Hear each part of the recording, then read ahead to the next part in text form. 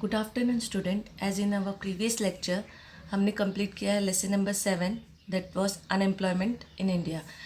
Classroom में offline lectures में हमने स्टार्ट किया था lesson number 10 economic planning in India. उसमें हमने इंट्रोडक्शन कंप्लीट किया था स्टूडेंट. इंट्रोडक्शन हमारा हो गया था. इंट्रोडक्शन में कब इकोनॉमिक प्लानिंग स्टार्ट हुआ, that was 1950 after we get our freedom. हमारे कंट्री में इकोनॉमिक प्लानिंग स्टार्ट हो गया था क्योंकि हम एक डेवलपिंग कंट्री है. For developing country it is important that economic planning should be conducted. उसके बाद हमने मीनिंग एंड डेफिनेशन देखा था economic planning. Definition given by doctor H D. Dickson, Mrs Barbara Wootton का देखा था. फीचर्स देखे थे हमने. फीचर्स में जैसे firstly central planning authority. Central planning authority मतलब जो हेड ऑफ अथॉरिटी जिसने प्लानिंग कंडक्ट करना है वो कैसे अपना पूरा प्लानिंग को कंडक्ट करते हैं वो हमने देखा था. सेकेंडली सर्वे. सर्वे सेकेंड स्टेप. कभी भी प्लानिंग में स्टूडेंट सर्वे होता है जिसमें एक detailed survey of the project जो हम करना है प्लानिंग उसके बारे में डिटेल इंफॉर्मेशन गैदर करते हैं. उसके बाद ऑब्जेक्टिव्स. ऑब्जेक्टिव्स में क्या हमारा जो प्लान हम कर रहे हैं उसका मेन ऑब्जेक्टिव क्या है वहाँ पे. उसके बाद प्रायोरिटीज़ एंड टारगेट हम सेट करते हैं. अकॉर्डिंग टू दैट हम ऑब्जेक्टिव अपना अचीव करते हैं. Mobilisation of resources. अलग अलग रिसोर्सेज स्कैटर्ड होता है, अलग अलग जगह से गैदर किया जाता है. जैसे प्लानिंग में हमें फाइनेंस और ह्यूमन रिसोर्सेज की रिक्वायरमेंट होती है. फाइनेंस गवर्नमेंट को टैक्सेशन के थ्रू, अदर डोमेस्टिक सेविंग के थ्रू एक्सेट्रा बहुत सारे सेक्टर्स से आते हैं तो उसे एक जगह गैदर किया जाता है. After that plan period. Always in India it is conducted for 5 years. ज़्यादातर 5 years के लिए होता है कंट्री में.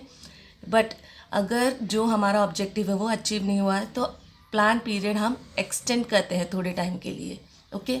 इवैल्यूएशन होता है प्लान का. जो प्लान हमारा कंट्री का रेडी हुआ है उसके टारगेट्स और प्रायोरिटीज़ को इन बिटवीन इवैल्यूएट चेक किया जाता है कि हमारा जो ऑब्जेक्टिव है उसके अकॉर्डिंगली हमारी प्रायोरिटीज़ एंड टारगेट चल रहे हैं कि नहीं.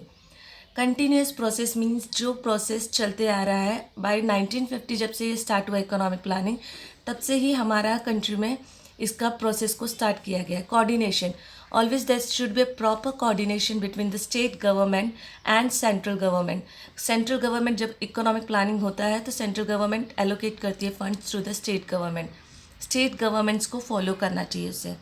After that last was the feature flexibility. Flexibility मतलब जो चीज़ ईजिली हम कन्वर्ट कर सकेंगे. जहाँ पे इकोनॉमिक प्लानिंग जब सेटअप हो रहा है तो अलग अलग प्रायोरिटीज़ एंड टारगेट हमने सेट किया. फॉर एग्जांपल जो अभी अनसर्टेनिटी हमारी कंट्री फेस कर रही है कोविड, वो फ्लेक्सिबल अगर प्लान नहीं हो, ये तो पता नहीं है कि ये चीज़ें होने वाली है. इकोनॉमिक हो या कंट्री हो जहाँ पे मनी के रिलेटेड या बिजनेस एक्टिविटीज़ चालू वहाँ पे अनसर्टेनिटी होती है.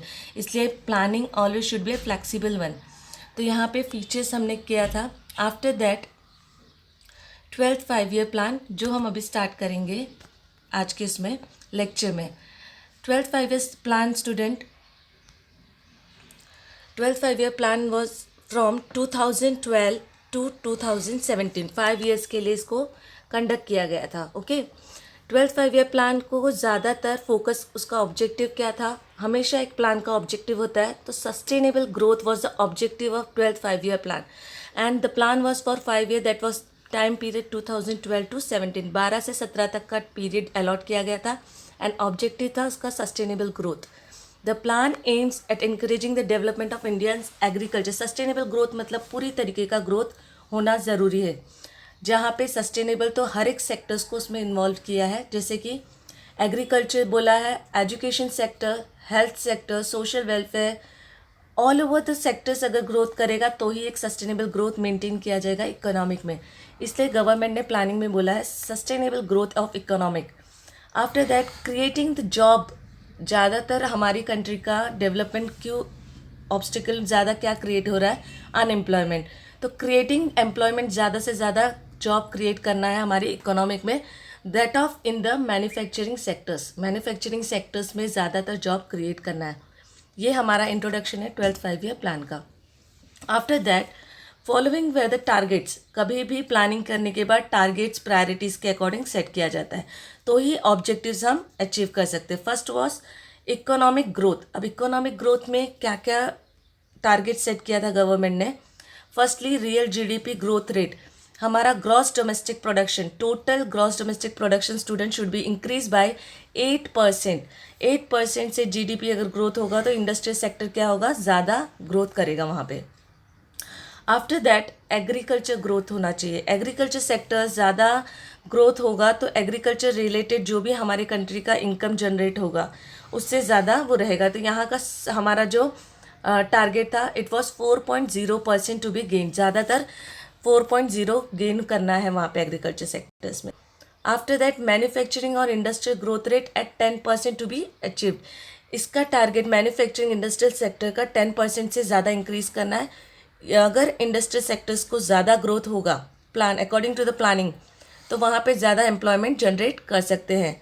Every state must have higher average, ज़्यादा ग्रोथ करना है according to the 12th plan, but comparison यहाँ पे दिया है plan that was achieved in 11th plan, जहाँ पे 11th प्लान में जो हमने स्टेट वाइज ग्रोथ किया है उसके कंपैरिजन में 12th प्लान में उससे ज़्यादा हमें ग्रोथ करना है। Okay student, after that second target was poverty और एम्प्लॉयमेंट। पहला तो इकोनॉमिक ग्रोथ का टारगेट सेट किया गवर्नमेंट ने। सेकेंडली पॉवर्टी और एम्प्लॉयमेंट, मतलब फर्स्टली जो गरीबी कंट्री में फेस कर रहे हैं, अनएम्प्लॉयमेंट एक प्रॉब्लम है, तो इसको कैसे हम टैकल करें। First one, to reduce head count ratio of poverty by 10%। Student, head count ratio means the person who is living below the poverty line. जो लोग बिलो पॉवर्टी, जो अपने बेसिक नीड्स फुलफिल नहीं कर पाते, जो लोग, उनको बोला हेड काउंट रेशियोज, उसको रिड्यूस करना है बाय 10%। 10% से अगर बिलो पॉवर्टी लाइन वाला रिड्यूस होगा तो कंट्री में पॉवर्टी कम हो जाएगा। Second one, to create 50 millions job opportunity in non farm sectors बोला है। अनएम्प्लॉयमेंट कैसे रिड्यूस करेंगे, जब ज़्यादा से ज़्यादा जॉब क्रिएट कर सके, वो भी industrial sector. Non farm sectors बोला है स्टूडेंट, नॉन फार्म सेक्टर्स मतलब एग्रीकल्चर सेक्टर्स में नहीं होना चाहिए, इंडस्ट्रियल या मैन्युफैक्चरिंग सेक्टर्स में करना है। तो वहाँ पे कितना टारगेट सेट किया, 15 मिलियन। अगर 50 मिलियन से जॉब अपॉर्चुनिटी क्रिएट होगा तो ज़्यादा अच्छा हमारे कंट्री में एम्प्लॉयमेंट जनरेट हो सकता है। तो यहाँ पे हमने इकोनॉमिक ग्रोथ देख लिया है और सेकेंडली पॉवर्टी और अनएम्प्लॉयमेंट देखा है। After that we are going to see education. Education में स्टूडेंट क्या होना चाहिए, कैसा ग्रोथ होना चाहिए। फर्स्टली वहाँ पे दिया है mean years of schooling. Mean years of schooling, जो स्कूलिंग का ईयर है उसको इंक्रीज़ करना है 7 ईयर्स से। जैसे हमारा नॉर्मल एजुकेशन का जो 1st to 10th होता है, तो वहाँ पे ज़्यादा से ज़्यादा स्कूलिंग को इंक्रीज़ करेंगे तो हमारा एजुकेशन लेवल इंक्रीज़ अच्छा होगा। और कंट्री का अगर एजुकेशन लेवल अच्छा है तो वहाँ पे न्यू यूथ जो आने वाले हैं वो ज़्यादा ही टैलेंटेड होंगे, इसलिए इसके ऊपर ज़्यादा फोकस किया है। Second one, access to higher education with reference to the skill development. ज़्यादा फोकस जो हायर एजुकेशंस होते हैं हमारे, उसके अंदर स्किल डेवलपमेंट। हर एक इंडिविजुअल में टैलेंट होता है, स्किल डेवलपमेंट मतलब अगर कोई जॉब रिलेटेड एजुकेशन है, फॉर एग्जांपल इंडस्ट्रियल सेक्टर्स के लिए ज़्यादातर स्किल डेवलपमेंट की ज़रूरत होती है, मैन्युफैक्चरिंग के लिए स्किल डेवलपमेंट की ज़रूरत होती है। तो हमारा higher education always should be dependent on the skill development towards the job. अगर स्किल अच्छा है तो जॉब अच्छे तरीके से कंडक्ट कर सकते हैं। ओके, थर्डली, एलिमिनेट जेंडर्स और social gap in the school enrolment bye the end of this plan. यहाँ पे बोला है एलिमिनेट जेंडर्स गैप, जो स्कूल एनवायरनमेंट में फीमेल और फीमेल के डिस प्रॉब्लम्स होते हैं, जैसे कि मेल ज़्यादा एजुकेशन ले सकते हैं, वो नहीं होना चाहिए। सोशल गैप, सोसाइटी में रिच एंड पुअर्स के बीच में डिस्पैरिटीज़ होता है, वो नहीं होना चाहिए स्कूल एनवायरनमेंट में। तो इसके लिए ये प्लान के अंदर ज़्यादा फोकस इस पे किया है। नाउ फोर्थ वन, हेल्थ में कैसा चेंजेस होना चाहिए। Firstly, reduce total fertility rate to 2.1%। जो बर्थ रेट है उसे कंट्रोल करना चाहिए। टोटल फर्टिलिटी रेट मतलब बर्थ रेट को रिड्यूस करना है 2.1% से, जिससे पॉपुलेशन कंट्रोल हो सकता है।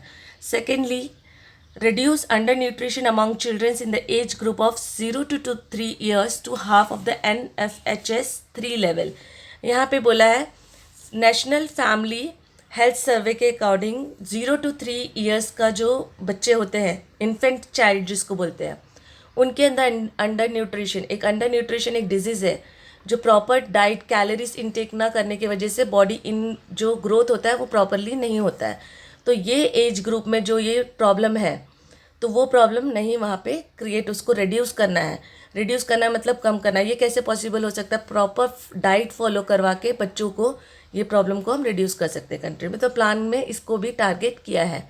Now we have seen economic growth, secondly we have seen poverty employment, third one education, fourth one हमने हेल्थ देखा स्टूडेंट।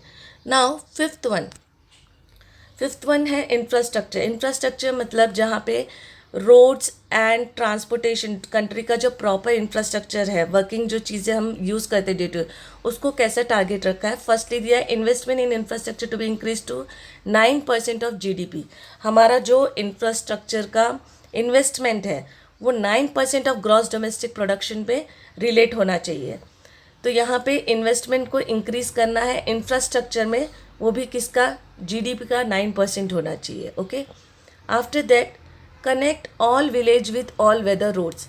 विलेज एरियाज में always the proper road facility available नहीं है, तो इसलिए इसको टारगेट रखा है ज़्यादातर विलेज में ऑल वेदर रोड फैसिलिटी। जैसे हमारा रोड जो है रेनी सीजन में पूरी तरीके से ये प्रॉपर नहीं वर्क करने वाला रोड रहता है नॉर्मली, बट विलेज एरियाज में जैसे प्रॉपर रोड जिसको कंस्ट्रक्ट, जैसे हाईवे रोड्स कैसे होते हैं ऑल वेदर रोड्स है, तो वैसे रोड्स को रूरल एरियाज में, गांव एरिया में प्रोवाइड करना चाहिए। After that increase in rural television and telephone density to 70%। Rural गांव एरियाज में टेलीविजन और टेलीफोन को इंक्रीज करना है, डेंसिटी मतलब वॉल्यूम को इंक्रीज करना है 70% से। Television and telephone is a mass media हम बोल सकते हैं, जिससे एक ज़्यादा हम कोई भी एजुकेशनल या कोई भी अवेयरनेस क्रिएट करना है तो हम उससे क्रिएट करें। रूरल एरियाज़ में अवेयरनेस क्रिएट करना बहुत ज़रूरी है, इसके लिए इसको गवर्नमेंट ने टारगेट किया है। Sixth one environment and sustainability. Environment sustainability means environment को बोलते हैं ना हेल्दी रख सके। एज वी नो हमारे कंट्री में लैंड कम है, तो इसलिए ज़्यादा से ज़्यादा हमारा फॉरेस्ट को कट करते हैं, लेकिन इस प्लान में 12th 5-year प्लान में इसके ऊपर भी टारगेट सेट किया गया है। Increase green cover by 1 million hectares. 1 million hectares से प्लांटेशन मतलब ज़्यादा करना है। बीच रोड पे देखो ज़्यादातर अब डिवाइडर्स के बीच में जो रोड, दोनों बीच का जो रोड रहता है उस पर ज़्यादा प्लांटेशन कर रहे हैं, ऐसा क्यों? हमारे पास लैंड कम है।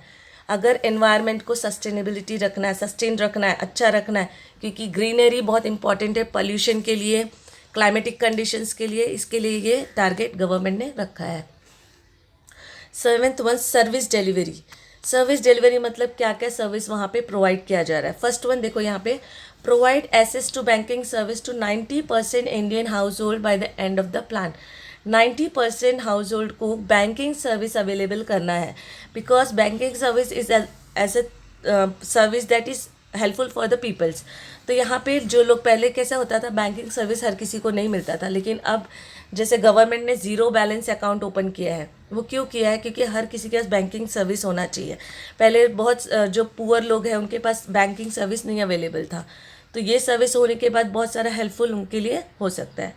Second one, major subsidies and welfare related beneficiary to be shifted to the direct cash transfer by using Aadhaar platform linked with the bank account.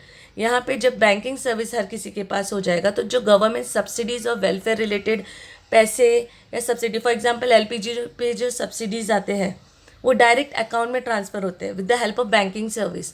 तो यहाँ पे जो भी सर्विस और वेलफेयर है गवर्नमेंट प्रोवाइड करती है टू पुअर पीपल, वो डायरेक्ट बैंक अकाउंट में तुम्हारे जाके रहेगा।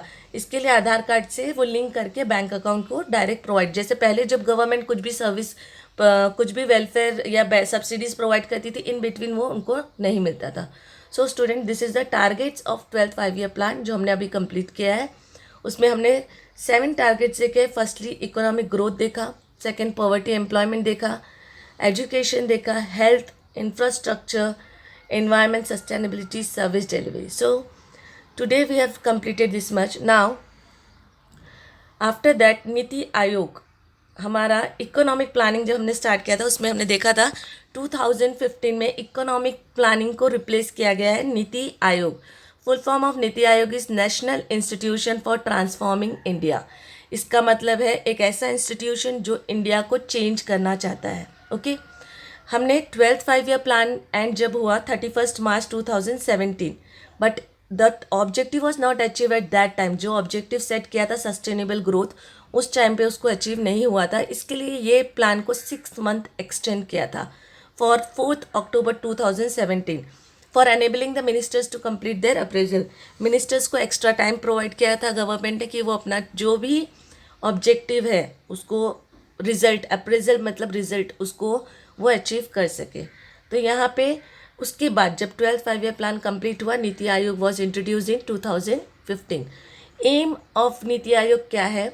Expanding the role of state, making the state role more positive in collaboration with the centre. पहले जब इकोनॉमिक प्लानिंग होता था तो सेंट्रल गवर्नमेंट पूरा प्लान रेडी करके स्टेट गवर्नमेंट को हैंड ओवर करती थी, एलोकेट करती थी मनी। लेकिन जब नीति आयोग 2015 में इंट्रोड्यूस हुआ, इसमें स्टेट गवर्नमेंट का रोल बहुत इम्पॉर्टेंट हो गया है।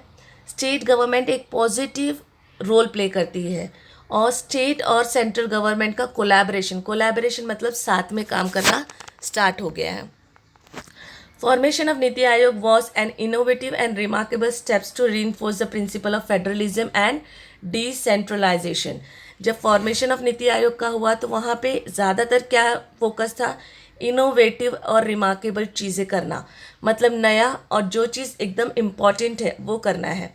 इसका प्रिंसिपल किस पे बेस किया गया था जब नीति आयोग का? फेडरलिज्म और डिसेंट्रलाइजेशन। फेडरलिज्म जहाँ पे हर कोई साथ में मिलके काम कर रहा है, जैसे कि state government, central government. Decentralisation का मतलब होता है जहाँ पे भी जो भी राइट्स और अथॉरिटीज़ है from bottom to up level, same rights and authority NITI Aayog में शेयर किया जाता है। डिसेंट्रलाइजेशन का मतलब है राइट्स एंड अथॉरिटी इक्वली सबके पास है। It also AIIMS acceleration of economic growth. इसका सबसे ज़्यादा एम क्या है? एसिलरेट मतलब आगे बढ़ाना हमारे इकोनॉमिक ग्रोथ को स्टूडेंट। तो यहाँ पे ज़्यादा फोकस ग्रोथ और डेवलपमेंट को दिया है। स्टेट गवर्नमेंट को सेंट्रल गवर्नमेंट के साथ काम करना है। Resolution of NITI Aayog was sanction on 1 जनवरी 2015। नीति आयोग को प्रॉपर सैंक्शन कब मिल गया है? 1 जनवरी 2000, मतलब बोलते हैं ना अप्रूवल मिल गया है। बट एक्सक्यूशन स्टार्ट कब हुआ है? 12th 5 ईयर कंप्लीट होने के बाद, 12th 5 ईयर प्लान को कंप्लीट होने के बाद वो स्टार्ट हुआ इसका function.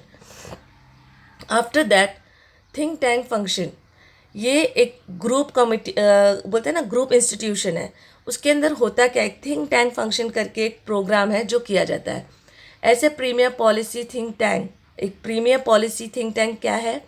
Government of India NITI Aayog aims to evolve share vision of national development. Under this ज़्यादा फोकस क्या है? नेशनल डेवलपमेंट, मतलब कंट्री का डेवलपमेंट ज़्यादा फोकस है with active involvement of state. Firstly यहाँ पे तो क्या है? हमारे नेशन का डेवलपमेंट, और इसमें एक्टिव मतलब प्रॉपर रोल कौन प्ले कर रहा है? State government. ज़्यादातर ये फोकस करता है कोऑपरेटिव फेडरलिज्म। फेडरलिज्म मतलब एक साथ काम करना। अगर गवर्नमेंट एक साथ फंक्शन करेगी तो कहीं कंट्री का डेवलपमेंट हो सकता है। Now students, do you know में देखो थिंक टैंक दिया है। थिंक टैंक फंक्शन क्या है और थिंक टैंक क्या है? दोनों में डिफरेंस है। फंक्शंस में जहाँ पे प्रॉपर फंक्शन किया जा रहा है, ओके। थिंक टैंक एक ग्रुप है, एक्सपर्ट्स जहाँ पे बुलाए जाते हैं और सारे एक्सपर्ट्स गैदर एक साथ होते हैं, ऑर्गेनाइजेशन जैसे फॉर्म करते हैं। स्पेशली द गवर्नमेंट, जब गवर्नमेंट काम करना है स्टेट और सेंट्रल गवर्नमेंट के टुगेदर, अगर कोई प्रॉब्लम अराइज हो रहा है तो वहाँ पे बाहर से एक्सपर्ट्स को बुलाया जाता है और वहाँ पे उस प्रॉब्लम का सल्यूशन फाइंड किया जाता है। फॉर एग्जांपल जैसे अभी कोविड है तो यहाँ पे गवर्नमेंट गैदर होगी प्लस एक्सपर्ट्स को बुलाया जाएगा जो वो फील्ड से रिलेटेड होंगे। फॉर एग्जांपल जैसे डॉक्टर्स को, रिसर्च एंड डेवलपमेंट वालों को भी गैदर करके ये प्रॉब्लम का सल्यूशन गवर्नमेंट फाइंड करेगी। तो थिंक टैंक फंक्शन, अभी गवर्नमेंट एक ऐसा फंक्शन है जहाँ पे प्रॉपर कोई भी problem related to the development of country, जैसे अभी कोविड ये बहुत बड़ा ऑब्स्टिकल है हमारी कंट्री के डेवलपमेंट में, हमारी इकोनॉमी का ग्रोथ रुक चुका है एक तरीके से, वैसे ही इसका अगर थिंक टैंक फंक्शन करेंगे तो यहाँ पे प्रॉपर डिस्कशन इसके ऊपर होगा। तो क्लियर है, नीति आयोग का introduction we have seen right now, जो हमने अभी किया है वो है इंट्रोडक्शन। एंड सेकेंडली हमने यहाँ पे देखा think tank function. So for today's lecture we will stop over here. In the next lecture we will see following the pillars और उसके फंक्शंस देखेंगे। Okay student, if you have any doubt you can ask. Thank you for the today's lecture.